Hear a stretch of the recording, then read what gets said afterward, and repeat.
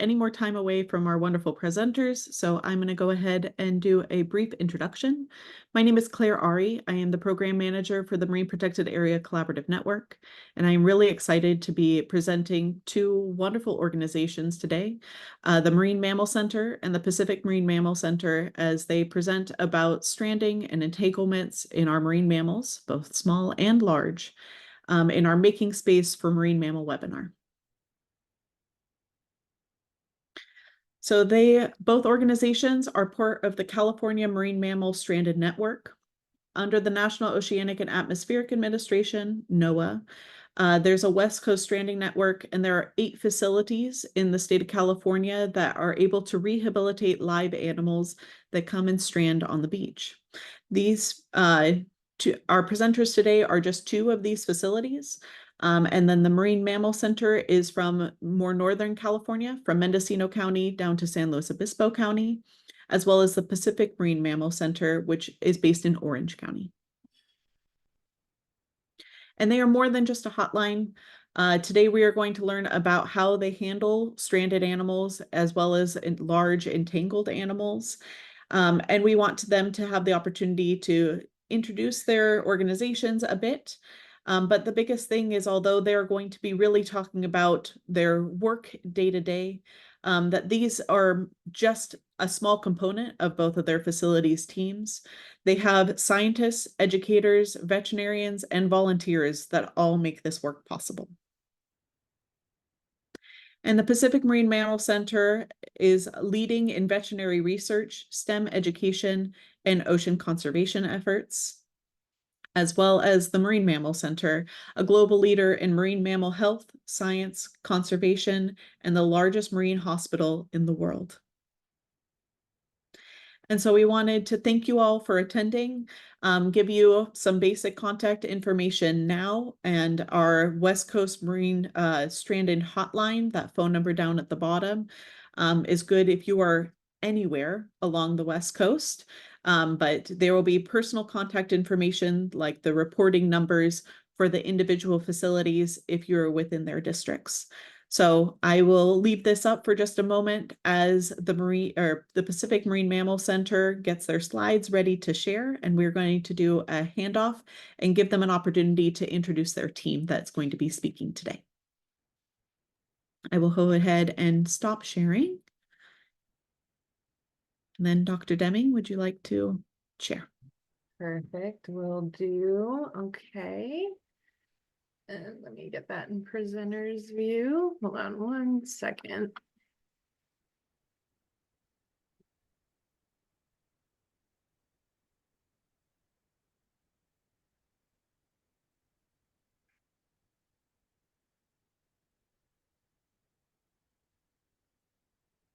There we go. You guys should be able to see my slides. Good to go. Awesome. Well, a big thank you to Claire for having us and inviting us to speak today about how you guys can learn how to make space for marine mammals. And also the MPA Collaborative Network for organizing and hosting this webinar. My name is Dr. Alyssa Deming, and I'm one of the 3 veterinarians at the Pacific Marine Mammal Center and also lead our research program down in Orange County, California. I'm also going to be joined by Christina, our Ocean Health Fellow, and Sean, our Stranding Coordinator, who are going to be talking to you a little bit about how you can learn how to safely share our shores with marine mammals, as well as get some help for any marine mammals that you encounter during your trips to the beach or your trips out on the water that you think are in need of a little bit of help. So the West Coast of the United States is home to some of the most productive waters in the world, which result in literally a marine mammal highway just off of our coastline. Since the passing of the Marine Mammal Protection Act in 1972, the populations of marine mammals off our coast have been rebounding from heavy exploitation and hunting during whaling days.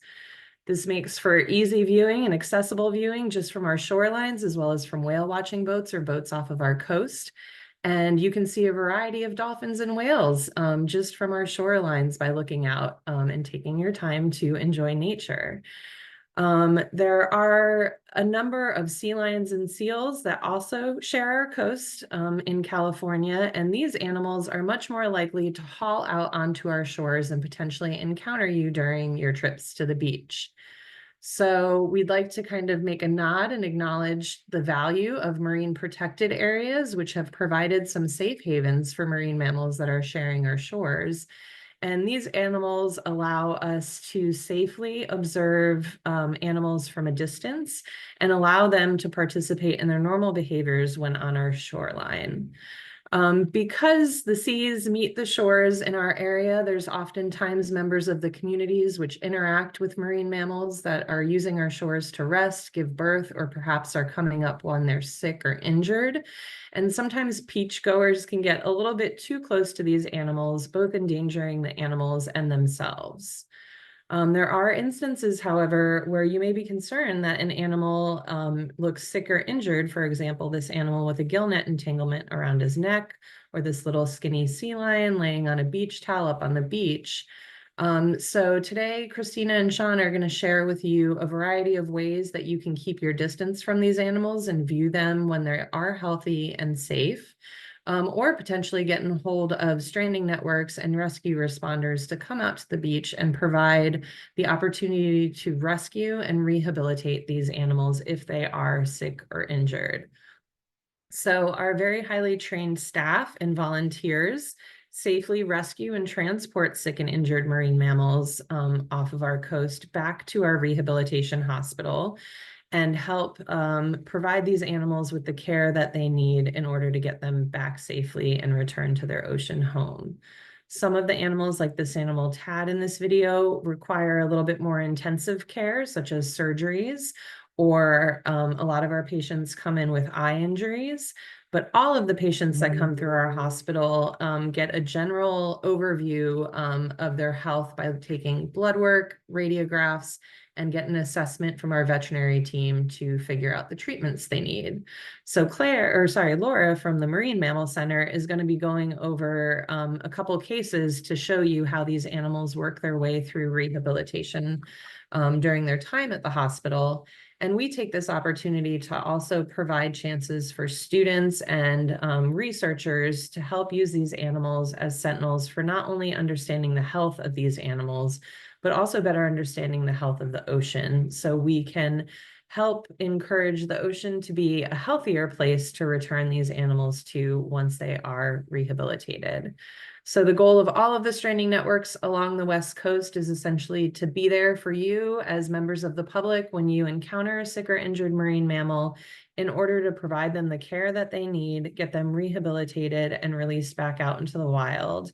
And today, Christina, who's going to talk next, is going to tell you how to view these animals responsibly from a distance, so you're not disturbing them when they're just trying to live their day-to-day life on the beach, just like you. As well as Sean, who's going to go over ways and things for you to look out for. So if you encounter an elephant seal that looks like this on the beach, you know the right numbers and have the right resources in order to contact the professionals to get out there to rescue that animal and to bring them to the hospital so they can get the care that they need. So with that, I'm going to hand it over to Christina, who's our Ocean Health Fellow, to teach you a little bit about ways that you can help get these animals over to the hospital. Go for it, Christina. Okay, hello everybody. Thank you for joining us today. And so we're going to talk about some of the most common species that we see here at the Pacific Marine Mammal Center along the California coast, which include our pinnipeds, which are seals and sea lions. So here you can see we have some examples of California sea lions, northern elephant seals, Pacific harbor seals, and Guadalupe fur seals and northern fur seals. We also see cetaceans, which are dolphins and whales. So we'll see them in the water, but also sometimes stranded, that we'll learn more about a little later. So to share the shore, we should know that all of our marine mammals are protected by the Marine Mammal Protection Act of 1972. This federal law prohibits the take of all marine mammals in U.S. waters, and this also protects them from any form of harassment. And whether the seal or sea lion that you see at the beach is healthy or needs help, please give them space for your safety and theirs. So these are resources created by NOAA. You can see that website there to learn more about that. Some good information to remember is that we want to stay 50 yards away, which is about half of a football field. So you can reference that when trying to keep your distance. That also equals 100 feet away from them anytime you're viewing them from land, and observing them from this distance is safe for you and also safe for them. So we really want to share the shore, so we're not being that guy under that big giant northern elephant seal there. We don't want to be getting too close for pictures or trying to encroach their space for any selfies. And as Dr. Deming said earlier, remember that it is normal to see our common marine mammal species utilizing our shorelines to haul out and rest, or to do other activities such as harbor seals pupping or northern elephant seals molting. So again, as long as you are 50 yards away, which is about half of a football field, you can safely observe and take those photos from those viewpoints. So having binoculars or telescopes, using those to take closer up photos too, is a nice way that you can still get good quality pictures without harassing those animals and also being safe for yourself. And so harassment under the Marine Mammal Protection Act is defined as doing any action that can cause marine mammal disturbance that can change their natural behavior. So how close is too close? Or when you're approaching them, when are you potentially harassing them? If you are walking up to a seal or a sea lion that's hauled out and it starts to lift its head or it starts to move as you are approaching, this is a trigger to remember that you are getting too close. You should stop moving towards that animal and start to back up. So remember this for any time you're viewing marine mammals on the shore to help keep your distance. And so these are some good examples to just have a visual of if they're hauled out resting, they start to lift their head up, you start to see their flippers move, or if they start to flee, again, you are then getting too close, and we want to stay where we are, keep that 50 yards away, and share the shore respectfully. Okay, and with that, I'm now going to pass this along to Sean, our stranding coordinator, who's going to cover the do's and don'ts when encountering a marine mammal.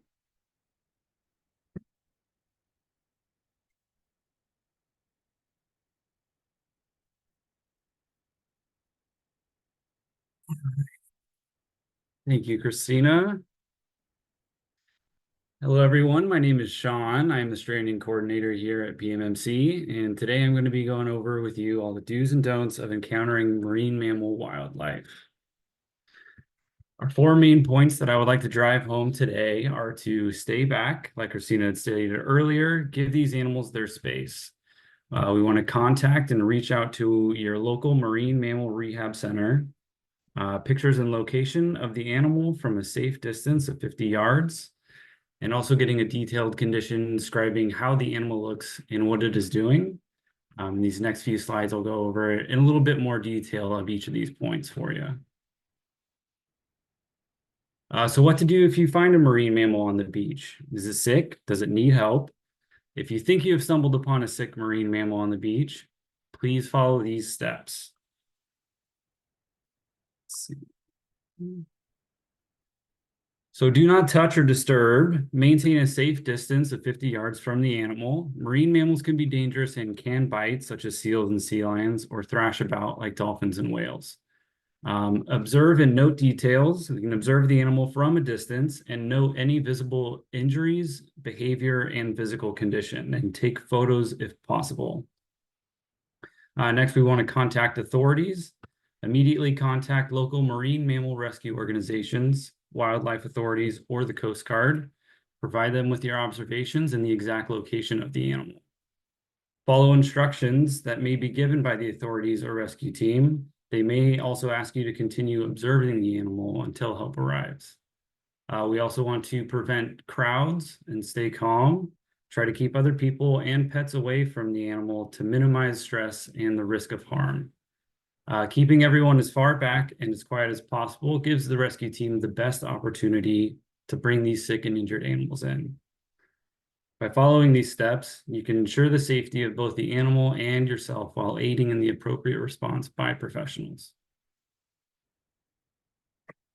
To report an animal, you can check out the National Marine Mammals Stranding Response Network webpage, which can be used as kind of a directory for finding the corresponding rescue rehab facility for your location if you are unsure of who to call.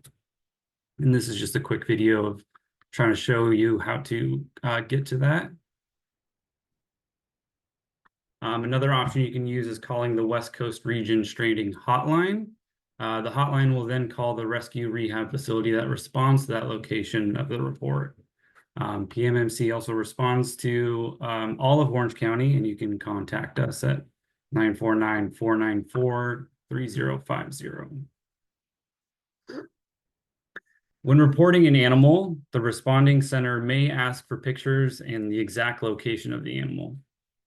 It's extremely helpful to provide photos of the animal and the surrounding area to assist the rescue team in determining what type of rescue needs to be mounted, as well as what type of equipment is needed to safely bring the animal in.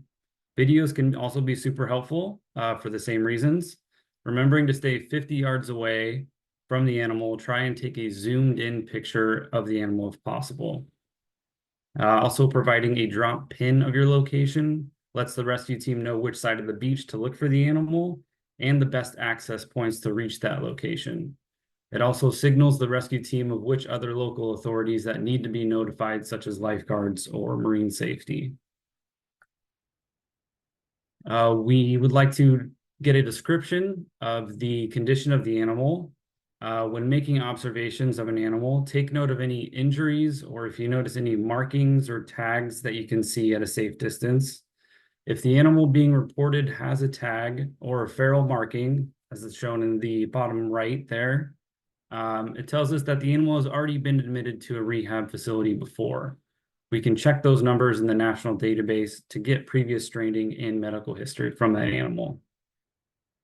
When looking at the animal, do you note that there's any injuries? Are there any fishing hooks? Is there an active entanglement of fishing line around the animal? As depressing as it may appear, never try and remove anything off of the animal as it can cause serious harm to them or to you. We want to describe the body condition. Does the animal appear thin? Can you clearly see the ribs or hip bones? What is the animal's behavior like? Is it up and active? Is it lying down and lethargic? Is it thrashing about erratically? You can also give an educated guess of the size of the animal, which can assist the rescue team in determining the size of kennels to bring with them. Also, not all marine mammals that haul out are always in poor physical body condition. Some may have hidden underlying health issues that may need further medical diagnostics to detect. Depending on your location, marine mammals might just be resting. Always report marine mammals on the beach and leave it up to the authorities and professionals to decide if they need help or not. Some reason for strandings may not be easily noticeable. Domoic acid is produced during certain harmful algal bloom events by a type of algae or phytoplankton called Pseudonychiae.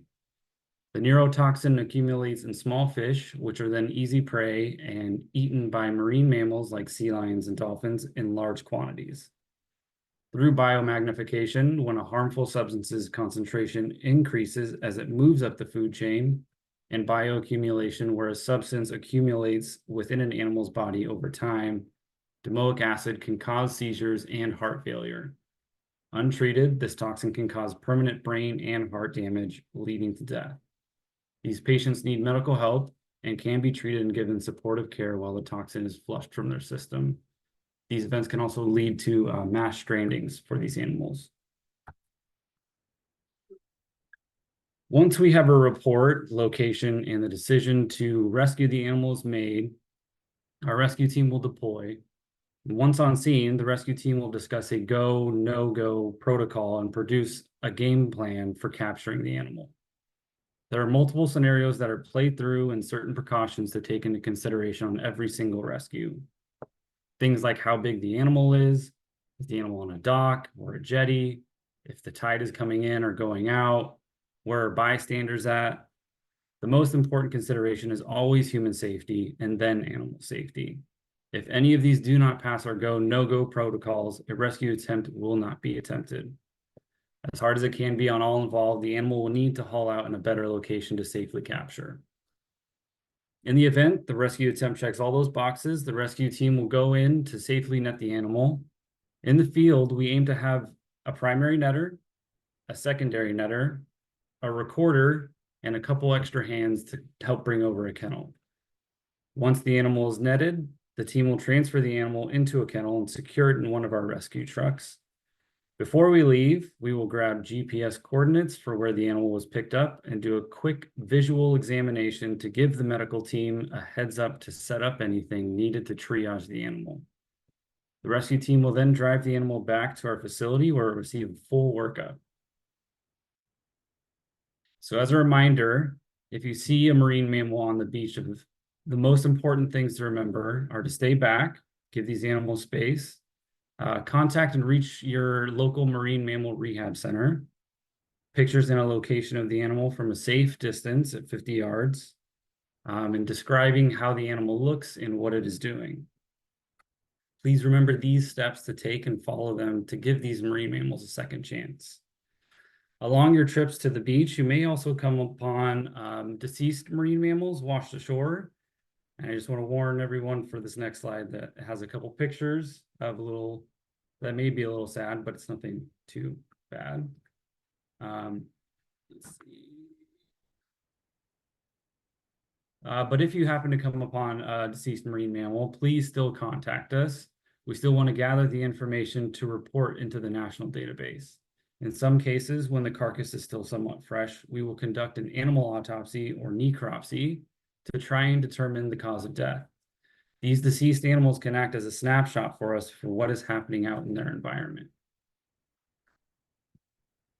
Once the animal is rescued and back to our facility, we will obtain a weight, straight length, we'll collect blood work, conduct x-rays and physical examination to determine if there are any underlying health concerns. Please, if you're interested and want to become more involved, you can visit our website at pacificmmc.org. And now I'm going to pass it over to Laura at TMMC to share information on what steps are taken once an animal is admitted into a rehab facility. And thank you all so much for your time. Thank you, Sean and Pacific Marine Mammal Center for such a wonderful overview of what to do if you find a marine mammal in need along the coast. And I'll go ahead and jump in now to share a little bit more of what happens after the call, after they arrive on site, and what about whales. So I'll share a little bit more on this now. I did want to take a moment to just introduce myself as well. My name is Laura Gill. I'm the Public Programs Manager at the Marine Mammal Center. So I have the pleasure of overseeing all of our visitor programs and our fairs and outreach that we do along our range. Claire shared at the beginning that the Marine Mammal Center covers kind of the more northern side of things from Mendocino to San Luis Obispo. But we do have the Marine Mammal Center based out of Sausalito, which anyone can come and visit. We're open Friday to Monday, 10 a.m. to 4. So if you want to see, if you're in the area and want to see some of these animals in care in hand, then I hope you check out our website to come and see us. So I will dive in, and I actually wanted to share the story of two specific animals to kind of talk about the rehabilitation process and how our organizations approach this work. And what's really wonderful about the Pacific Marine Mammal Center and the Marine Mammal Center and all of these partners that are part of the Stranding Network is we have this opportunity to view marine mammals as sentinels for the sea. They provide a window into the health of the ocean so that we can learn about their health, how the oceans are doing, and ultimately how that can impact human health as well. So, even if you've never seen a marine mammal before, or if you don't live near the ocean or on the beaches, just learning more about them and supporting this work is a great way to also advance human health. So, to jump in with a couple of those stories, I have pictured here Lumpy, the elephant seal, and a whale, a gray whale that was named C 603. So I'll jump in first with Lumpy's story, and I have a lovely picture here. You might notice in this photo that Lumpy is wearing what we affectionately like to call a party hat. And this is just a temporary tag, a visual tag with a letter combination on it that we quite literally epoxy glue. It's a non-toxic epoxy glue that will place the tag on here. And this is really helpful for all of our veterinarians, all of our volunteers on site that are working hands on with these animals. This allows us to actually tell them apart because while they're all very cute, they tend to look very similar. So, this is a great way for us to be able to keep track of which patient is receiving which medication, how much are they eating. And similar to a human hospital, we're charting and recording how these animals are doing in care every day. So it's important to identify those individuals. So that's what you're seeing on top of Lumpy's head here. I'll also say if you're curious about the naming for a lot of the animals at the Marine Mammal Center, it's the folks that call and report that animal that then have an opportunity to name that animal. So we get some fun names like Lumpy, who, when you see our rescue photo in a moment here, you'll understand why she was named that. But it's a great opportunity if you ever do call and report an animal to the Marine Mammal Center, you might get to name them. So think about what you would name a marine mammal. So, and just to reemphasize what Sean had covered as far as calling and reporting those animals in, make sure to call your local stranding network for the Marine Mammal Center if you're in our northern range. I've popped up a little QR code here that you can scan to easily get that information into your phone. So I'll leave that on the screen for a second. Also, if you want more tips or just a easy version to remember all of the great info that we've shared so far, we've got a QR code for that as well. So the main takeaways that hopefully if you take anything away from this webinar, it's to keep that beautiful 50 yards of distance from those marine mammals. Don't touch or pick up. Take pictures, share that with us so that we can best approach that rescue. And of course, call and report. So, someone, thankfully, a member of the community, knew this hotline for the Marine Mammal Center. It is 415-289-SEAL, so easy to remember. And we had a community member call this hotline, and they reported to us that they saw what looked initially like a log on the beach here. And this is a picture of Lumpy, in fact, on the beach looking like a little lump. And they walked past and saw this baby elephant seal, and they reported hearing a really unique sound coming from Lumpy. And in fact, elephant seals, I like to say they sound like evil chickens. So if you're ever walking past an elephant seal that you would report to the center and you hear it cackling like an evil chicken, it's likely that it's an elephant seal. And so the reporting party let us know that it was making these really unique vocalizations, that it was alone. And if you look at the picture here, you can actually see tire marks in the sand from vehicles that maybe were getting close to this animal. There's lots of footprints around. So this poor pup had been separated from mom, washed up on shore, and was definitely looking underweight and in need of rescue. So this was on Manresa State Beach up in Santa Cruz, California. Thankfully, they reported Lumpy to us. We were able to dispatch that rescue team. And our rescue team then, as Sean described, will do that assessment, see if that animal actually does need rescue or not. Sometimes they're just hauling out and resting, and that's okay. But in this case, Lumpy did need some help. So one of the first things that Sean mentioned that we do once we get an animal on site is simply taking that weight, because right off the bat, the weight can indicate whether that animal is in good body condition or underweight. So that's one of the first things that we'll do to begin the rehabilitation process. And Lumpy came to us at only 91 pounds. And this may sound like a lot, but for context, baby elephant seals are born at 75 pounds.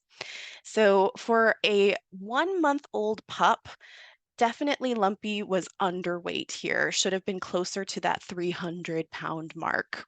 So that was an indication right off the bat to our veterinarians that Lumpy was malnourished. And so, in fact, after we got Lumpy on site, took the weight, we also took some samples like blood, urine, and feces, very glamorous work that we do in the lab here to help diagnose our animals. And looking at all of that blood work, our veterinarians ultimately did diagnose Lumpy with malnutrition. So, underweight and struggling to find food on her own. This is a picture of her in care on site. So, when it comes to rehabilitation for our patients, we're very lucky that essentially anything we can do for a human at a human hospital, we can essentially do for marine mammals as well. So, I've pictured some of that here on the slides. Things like ultrasounds, brain scans, x-rays, surgeries, you name it, it's very likely that we can do it for a marine mammal. So I've actually pictured here in the top left, this is a sea otter receiving an ultrasound. We've done things like root canals for sea otters that may be chomped down too hard on an abalone. We've done things like restore vision to an elephant seal by doing cataract removal surgery on those eyes. So it's really amazing and innovative work that we're able to do to help these marine mammals. And ultimately, that goal is to rehabilitate them and release them back out healthy to the ocean so that they can continue to play that important ecosystem role that every marine mammal has. So, any of those diagnostic exams, a lot of that wonderful rehabilitation, we can do so much of that work. And then a big part of rehabilitation for animals as well is simply to just have a chance to rest and to eat food. And especially in the case of Lumpy, who is a very malnourished elephant seal, which is a very typical kind of patient example that we see at the Marine Mammal Center and across our ranges. Just eating and fattening up is a really important part of rehabilitation. So I've also pictured some of our volunteers here sorting out fish to help make sure we can feed our animals. And in this time of year at the Marine Mammal Center in the spring and summer, it's typical for us to have over 100 animals on site at a time. In fact, today we have 176 animals in our care at the Marine Mammal Center. That includes elephant seals, sea lions, harbor seals. So we have over 100 hungry mouths to feed, and it's possible for us to go through 1,000 pounds of fish in just one day during our busy season. So we're so grateful for our community of volunteers that get in there and do all the feeding. They prepare the food, they feed the animals, they clean up afterwards. So I've pictured some of our hardworking team here helping to sort food. So a really important piece of that feeding is also making sure that that animal learns how to eat on their own. And we take them through a process called fish school, where just like we go to school to learn, our marine mammals will go to fish school to learn how to eat on their own. We rescue a lot of young pups that have maybe never seen a fish before, and they need some help learning how to do that. Once a animal in our care can eat on its own, once it has a clean bill of health according to our veterinarians, and once it is at the correct weight for its species and age class, those are the three criteria for us to be able to say we did our job, we completed that rehabilitation, and we can now release that animal. So the fish school process, we start with delicious fish smoothies where we'll actually take that whole frozen fish that you saw in the picture before this, blend it up in a blender. We'll add some salmon oil for nutrients, some water for the texture, and we'll actually create a fish smoothie for each of those pups. And we'll basically give them that fish smoothie until they're ready to start learning how to eat whole fish. And we have a couple different approaches for that whole fish that they learn in fish school. So I'll go ahead and play this clip for you now so you can hear the sounds and see some of this fish school rehabilitation process.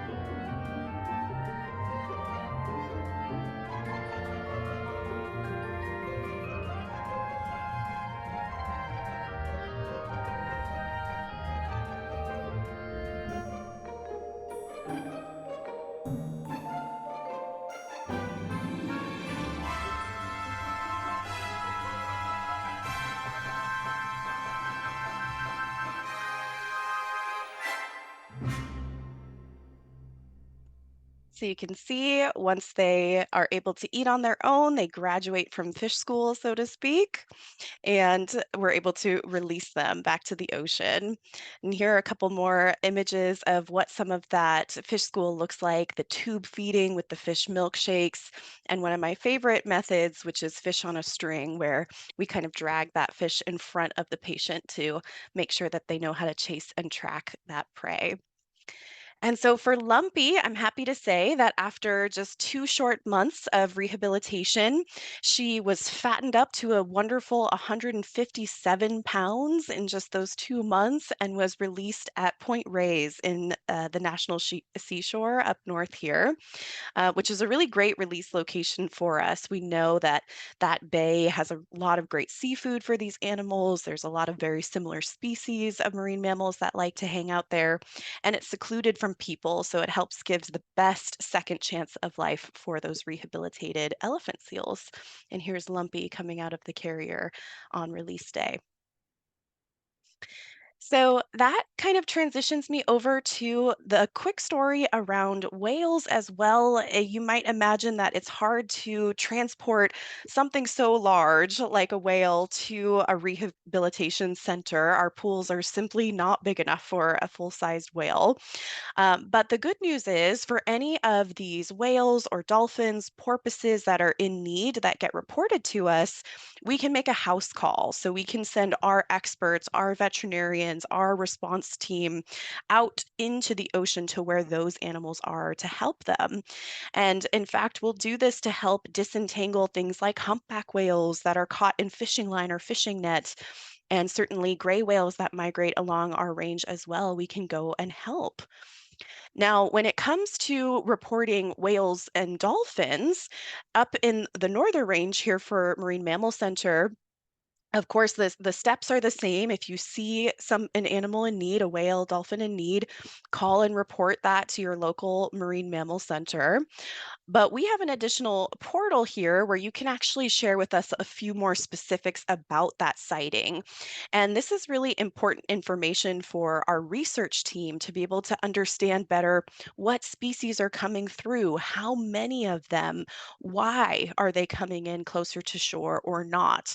So we've got this portal here where you can, on our website, marinemammalcenter.org, report an animal. You'll click on the whale dolphin tab and you'll enter your information. And then we have a little comparison chart here so you can see whether it's a porpoise that you are seeing, a dolphin, humpback, or even a gray whale. So always call and report as that first step. Keep your distance, take pictures, and wait for those responders to arrive. Now, unfortunately, one of the sad realities of working at this kind of hospital with wildlife rehabilitation, unfortunately, not every animal is going to make it. And I do want to say that even though that's the case, it's not in vain. That's a really important pillar of the research work that our organizations are doing, is to understand, well, why? Why did that animal pass away, and how can we improve that situation in the future?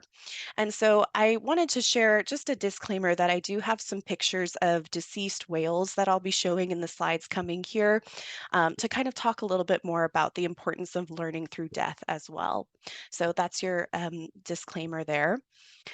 And so the case that I wanted to share is this gray whale, C standing for cetacean, C-603. And this was a gray whale that had washed up on the shore of San Francisco at a popular beach, Ocean Beach, if you're familiar with the area. And when we have whales, deceased animals like whales or even seals and sea lions wash up on shore, we still want that call and we still want to respond to that animal so we can follow up and do a post-mortem exam to understand that cause of death.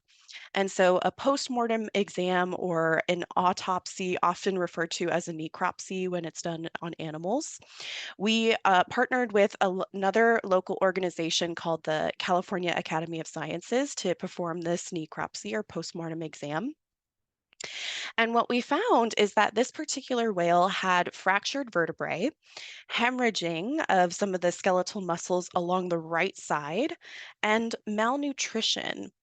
And so, with these kind of clues, we put these pieces together. It's almost like CSI whale in a way, where we find these clues and then we're able to understand what the cause of death was.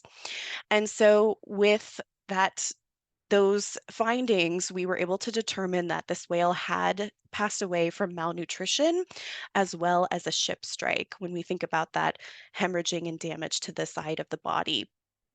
And so, with this information, it actually is contributed to a global database of research so that worldwide we can understand if there are patterns like specific die offs of gray whales, for example, all because of those same issues. And in fact, that was the case. Starting in 2019, we started to see an increase in gray whale mortality along our California coast. And so NOAA actually declared an unusual mortality event, which means that there were more die-offs than generally what we typically see. So, since 2019, over 200 gray whales had been found along the West Coast, and our stranding network partners were all going to do those postmortem exams to understand the causes and how we might prevent it. So, again, this is just higher than the historical average, which was only 30 whales per year. Now, the good news is that this unusual mortality event actually closed last year because those numbers of mortality started to decrease again. So we are falling back more into a normal pattern here. But we know that with all of that data that was collected, it really was primarily ship strikes and malnutrition contributing to that population die-off. So even though that unusual mortality event has ended, that is still an ongoing issue for gray whales and whales along our coast. And the reason that we see that is primarily because of changing ocean conditions. As the water's warming, the food and prey availability for these whales is shifting and decreasing. So that's leading to things like malnutrition, and also maybe they're shifting their migratory patterns because they're seeking food since they're not getting it in their normal habitat range. So basically, because specifically for gray whales, because they depend on a specific type of plankton, an amphipod, which is an animal plankton that lives in the Arctic, and that plankton depends on the sea ice. But as conditions warm and the sea ice melts, there's less availability of those amphipods. So the gray whales are arriving skinnier, entering new locations to find that food.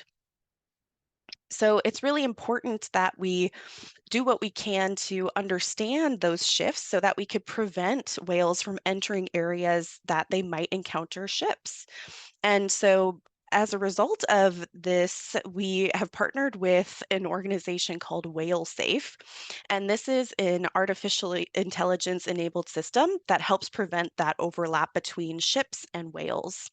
It's a really wonderful and transparent system. If you go to whalesafe.com, you can actually see for yourself whale presence in your area along the coast, and also which vessels or shipping companies are reducing their speed to make way for whales. A really great way to prevent those ship strikes is just reducing speed to 10 knots.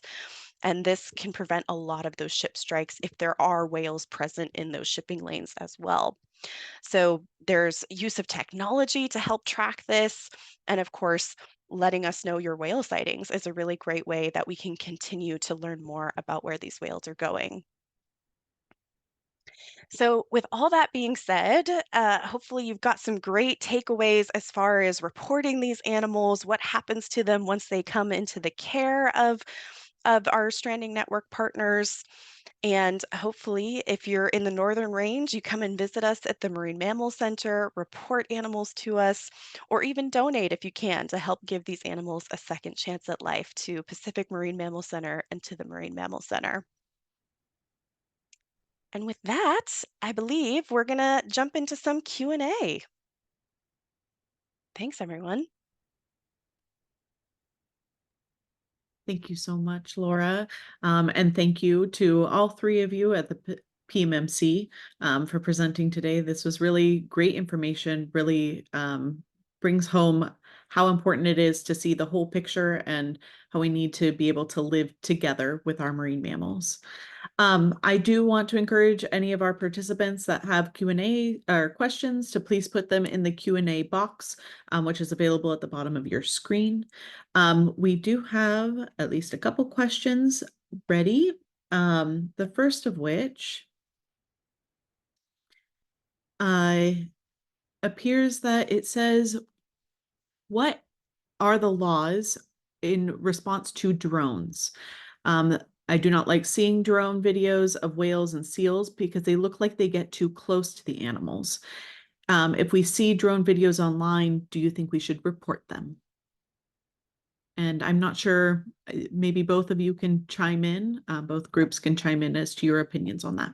Yeah, I can happily start that off. There is laws where you are not supposed to be flying drones above marine mammals without specific permits. The ceiling for marine mammals is 400 feet, which is very, very high. And I do agree that you oftentimes will see videos of people that are clearly below that 400-foot ceiling. So we would recommend that you would report those in violation of the Marine Mammal Protection Act. There's a lot of great work that can be done using drones to help document things like entanglements or do even population assessments of areas that marine mammals are utilizing the shore. But NOAA National Marine Fisheries oversees those types of activities very closely through permitting and training in order to ensure that drone activities aren't changing the behavior of marine mammals, which is kind of the whole theme of making sure we're sharing our shores responsibly. Laura, do you have anything else to add to that? Thank you. No, that covers it beautifully. Perfect, good. A great question. Drones are not, I mean, they're still relatively new technology. So I think some of the rules and their effects are still being learned, but I'm glad to know the 400-foot rule. I was unaware. This appears, oh, there is a question from another attendee. Thank you so much for the presentations. Has there been any unusual death mortality event for sea lions? Also, is there a time of year where you're more likely to see marine mammals in need of rescue? You want to try that, Laura? Yeah, I can jump in and feel free to add anything. There's not been an official declaration for California sea lions. In general, California sea lion populations have been stable and increasing, but it will vary year to year, and just how abnormal it is will help gauge whether it is actually unusual or if it's just kind of within the normal range of fluctuation that we see. So this year we did at the Marine Mammal Center start to rescue sea lions a little bit earlier in the season than we typically do, but it's still within the typical range that we would expect for this time of year. And I see that the second half of that question is a time of year that we have more marine mammals needing rescue. And yes, definitely related to the breeding seasons for these species. So a lot of that is happening, a lot of that increase is happening in spring and summertime. So like I had shared, we see over 100 animals in care on a typical day in the spring and summer. And then come winter, those numbers decrease drastically to sometimes even the single digits at the Marine Mammal Center. And I'll let Pacific Marine Mammal Center share their perspective as well. Yeah, I think that was a great summary. The one thing I would add is we are seeing unusual mortality events deemed more commonly over the past decade. And I think that's directly related with environmental changes we're seeing associated with climate change and ocean warming. So we did see a significant increase in sea lion pups stranding from 2013 to 2016. And those sea lion pups were deemed as an unusual mortality event. And that was linked to having really high sea surface temperatures, which kind of impacted prey availability for those little ones who can't dive as deep or go off shore as far to catch prey in times and years of warmer waters. So believe it or not, as a marine mammal veterinarian and animal care specialist, we pay a lot of attention to the conditions and the predictions of the ocean and the temperature, which directly drive the stranding numbers that we see. Our animals are so closely tied to the environment, which is why we can use them as sentinels for better understanding ocean health. And in years like El Nino years, where there's decreased productivity off of especially the Southern California coast, especially around the Channel Islands, which is essentially the rookery or the nursery for a lot of seals and sea lions, we can see increases in stranding. So we are predicting the next couple of years, which should be El Nino years based on current predictions, to see an increase in stranding in sea lion pups, similar to how we did during the last blob event of El Nino that occurred. So we're gearing up for that. We predict that in our budget, our staffing, and our volunteer recruitment, because without our volunteers, we couldn't provide care for these animals.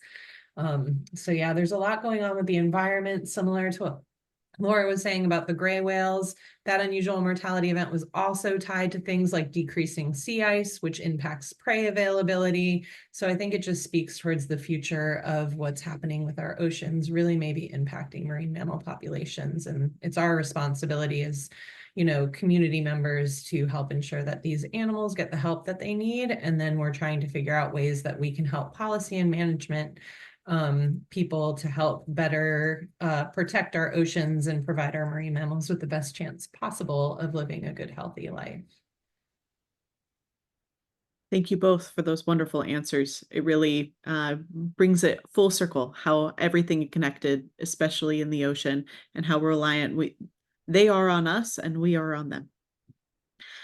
We do have another question that is there any further sightings of the North Pacific right whale that was recently seen off of the NorCal coast?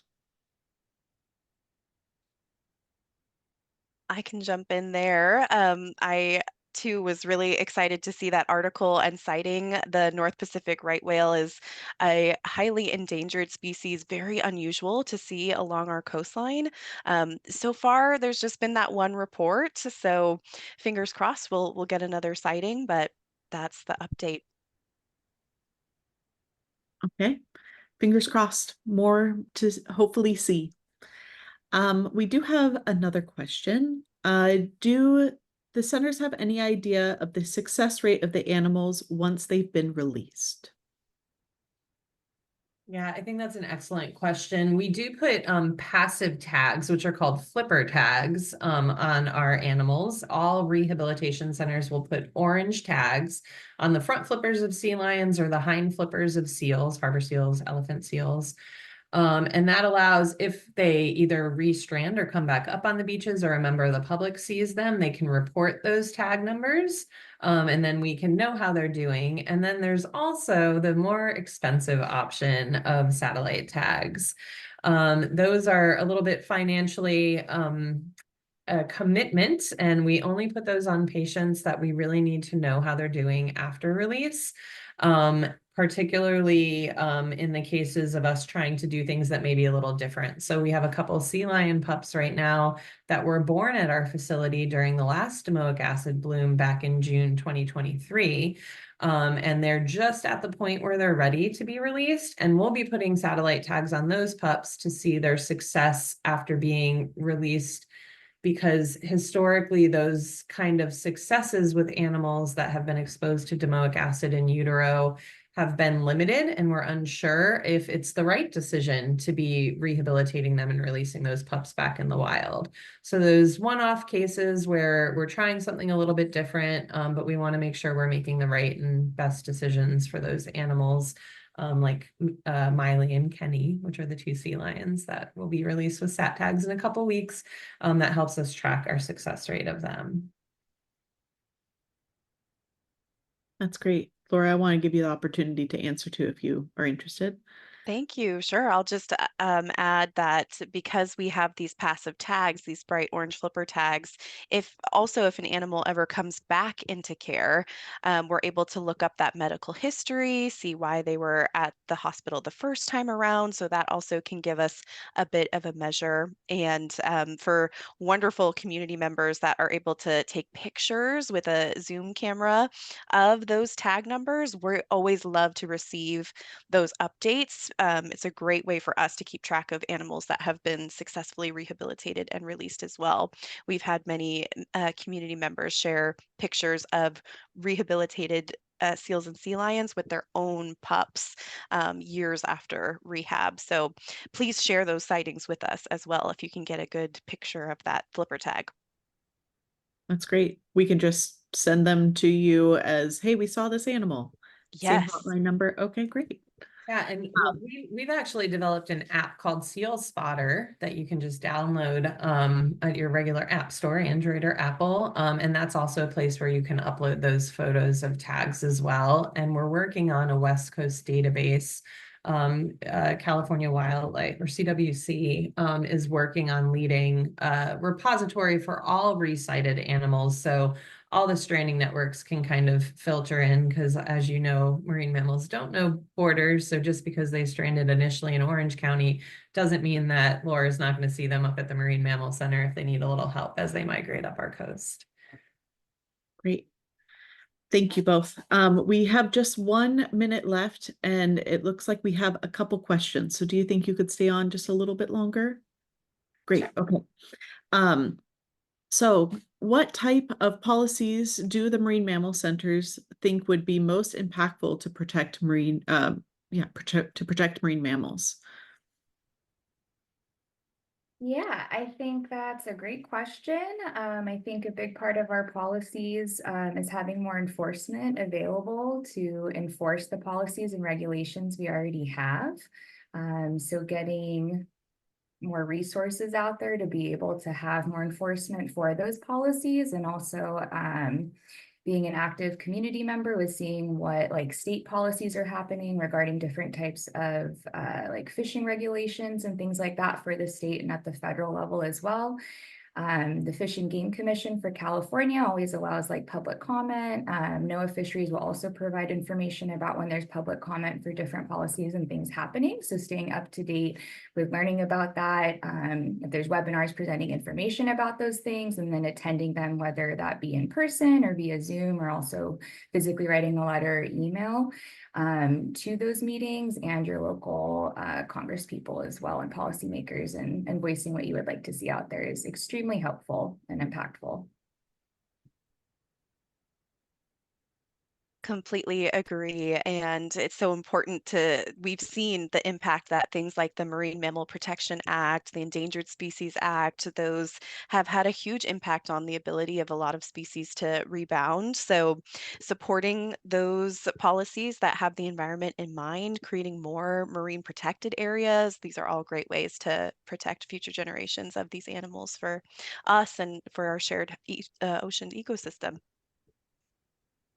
Thank you. Thank you for elaborating on that. Policy is definitely an important component and not necessarily part of your everyday jobs, but it's nice to know and to be thinking about how you can really make a difference for the long run. We do have another question. It's a little bit longer, so give me a moment. How does PMMC include culturally relevant practices in the homeland communities in which the marine mammals come from?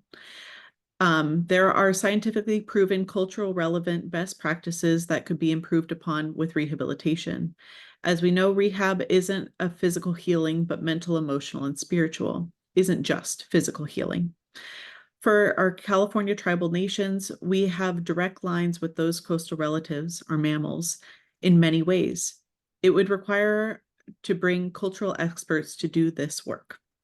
And I think this was directed at PMMC, but obviously we have our tribes throughout the entire state. So there's definitely an important component statewide. So shall we start with PMMC if you have a moment to answer, and then we'll get to you, Laura, too.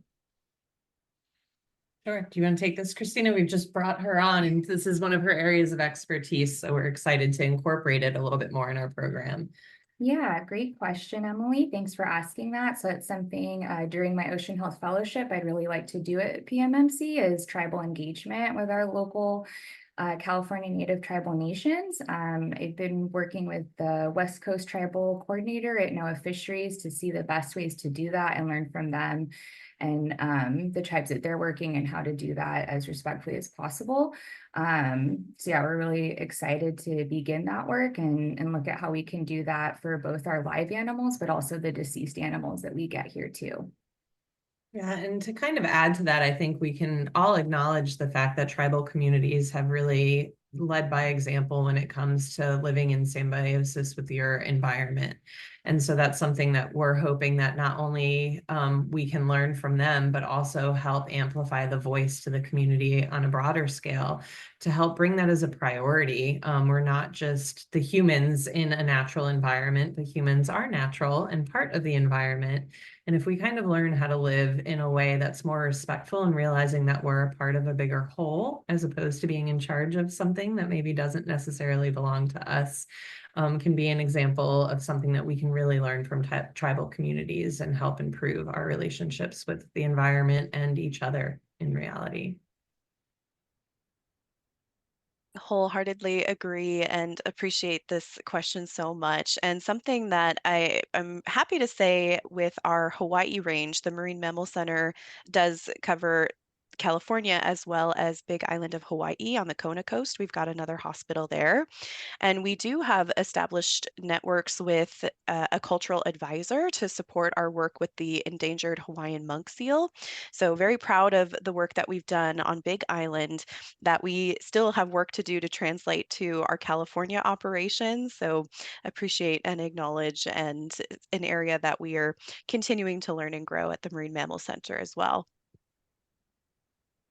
That's great. There's definitely some work to be done, and I think that it's important to realize that not only do they tribal nations and all of us have connection to our live animals, but that there's still a really important component to if those animals are deceased and if there's an ability for cultural needs to be able to have those remains to be able to use in however they see fit, and to make sure that that becomes a possibility for them. I do want to be conscious that we've gone just a couple minutes over. So I thank you for spending the time to really dive into this with us and hopefully really create some or make some space for our marine mammals. I would really love, it seems like we might have had maybe a minor issue of an incorrect phone number. So as you all have any opportunity to kind of have a goodbye to our participants that are still able to stay here, could you also mention the phone number that they could contact you at yet again? And from me at the Collaborative Network, thank you. I will pass it on over to PMMC to say goodbye. Yeah, thank you everyone for having us. We're really excited to have an army of conservationists to provide some help for marine mammals if they need it, or give them their space when they're on our shores. In Orange County, California, you can call us at 949-494-3050.